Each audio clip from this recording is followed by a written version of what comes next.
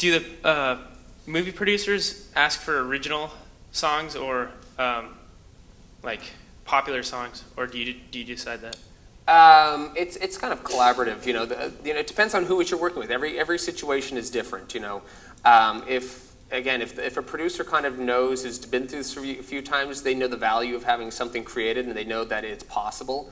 And if a music supervisor is any good, they're going to know who to reach out to. So I personally prefer to have more music created for the film, again, because it's much more organic, it's much more special to that picture. It's something that won't be available anywhere else. And it's something that, again, will, on the business side of things, will create an asset owned by the film company that can be, later turned around and done something more with. So, most filmmakers look at songs coming in, they look at it as from the licensing perspective. They want to hear the new Death Cab for Cutie song or something like that, and they want to be able to license something and put it in there.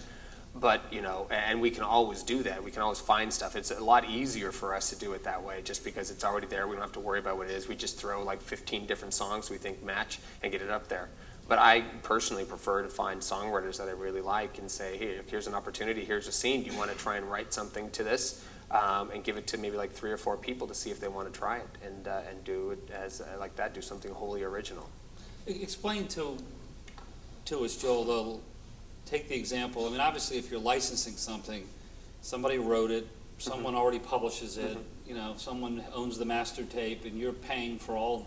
I mean, I assume you're paying boom, boom, boom. You're paying the people who own the tape, people who play, who wrote the song. No, see, that's the. Are you talking about in the licensed material? If it's already out there. If it's already pre-recorded existing song, what you're doing is you're basically calling up the various rights holders, and generally it's a master rights holder, which is generally the label, and then it's the publisher or the people who represent the writers. So there's 2 groups of rights that I need to kind of square away.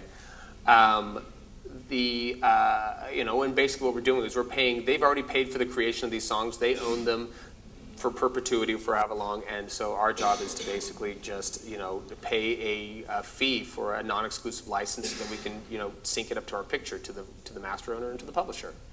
But when it comes to, and then we don't have to worry about generally anybody else unless there's some union reuse fees or something like that.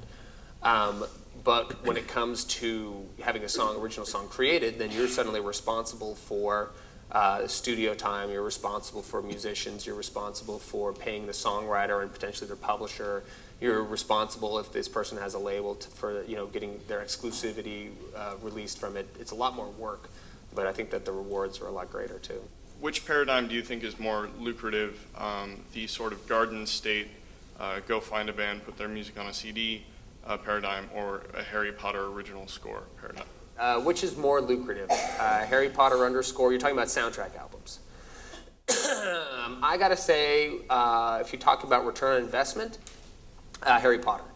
Because the only costs for putting, the cost you look at for putting together something like a Garden State might be very small because I know the fact that they didn't pay a lot of money for licensing those things. However, there was a cost, and there are big royalties that they have to pay out to a lot of these artists. They have to pay. I know they had to pay the clearance people a bunch of music. They paid the music supervisor a bunch of music. All these other people got points on things. So a lot of the money gets shaved off as you go, and you have to recoup all these expenses.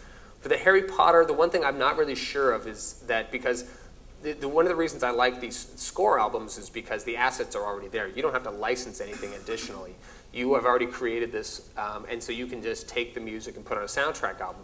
The costs comes into that are what's generally called new use, reuse payments that go to the union. And I don't know what the deal is. I think it was recorded at the London Symphony Orchestra, so a lot of times they do it as buyout, so there may not be any new use costs. So it would be straight, anything they do, it's just manufacturing, and everything that they make off of that is pure profit. So if it was a buyout situation, then the score for Harry Potter, there's basically straight profit, and then the composer's royalty.